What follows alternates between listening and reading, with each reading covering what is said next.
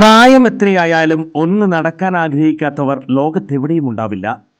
ലോകമെമ്പാടുമുള്ള ജനങ്ങളെ ഏതാണ്ട് ഒരേ രീതിയിൽ അലട്ടുന്ന പ്രശ്നമാണ് മുട്ടുതേയ്മാനം. 45 കഴിഞ്ഞവർക്ക് മുട്ടുതേയ്മാനം കണ്ടുവരുന്നുണ്ട്.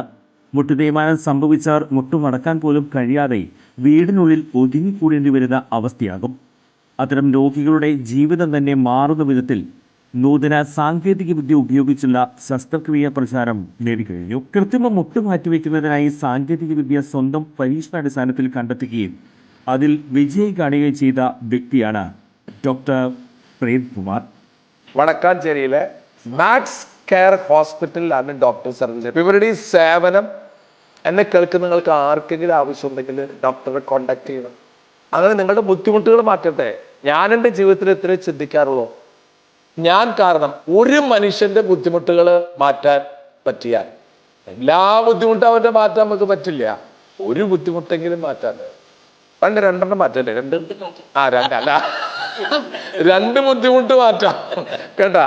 കാലിന്റെ മുട്ടിന്റെ ബുദ്ധിമുട്ട് അത് നമ്മൾ മാറ്റി തരും. ചുരുക്കി പറഞ്ഞാൽ ഈ വടക്കാഞ്ചേരിക്കാരൻ ഡോക്ടർ പ്രേംകുമാറിന് മുന്നിൽ മുട്ടുമടക്കാത്തവർ ആരും ഉണ്ടാകില്ല. കേരള ഗവർണർ രാജേന്ദ്ര ആർലേക്കറെ പുകഴ്ത്തി CPM സംസ്ഥാന സെക്രട്ടറി MV ഗോവിന്ദൻ.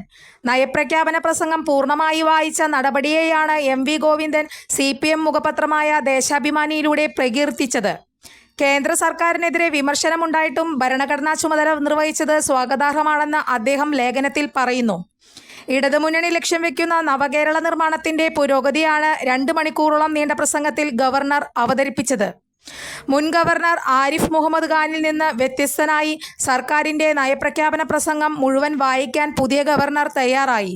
തുടർന്നും ഗവർണറുടെ ഭാഗത്തുനിന്ന് സമാനമായ സമീപനം പ്രതീക്ഷിക്കുന്നുവെന്നും 2 മണിക്കൂർ നീണ്ട നയപ്രഖ്യാപനത്തിലൂടെ സർക്കാർ നടപ്പാക്കി വരുന്ന നവകേരള നിർമ്മാണത്തിന്റെ പുരോഗതിയാണ് ഗവർണർ വരച്ചിട്ടതെന്നും MV ഗോവിന്ദൻ ലേഖനത്തിൽ ചൂണ്ടിക്കാട്ടുന്നു. കൂടുതൽ വാർത്തകൾക്ക് ഞങ്ങളുടെ ചാനൽ സബ്സ്ക്രൈബ് ചെയ്യുക. ഫേസ്ബുക്ക് ഫോളോ അപ്പ് ചെയ്യുക. വാർത്തകൾ വേഗത്തിലറിയാൻ Anytime News.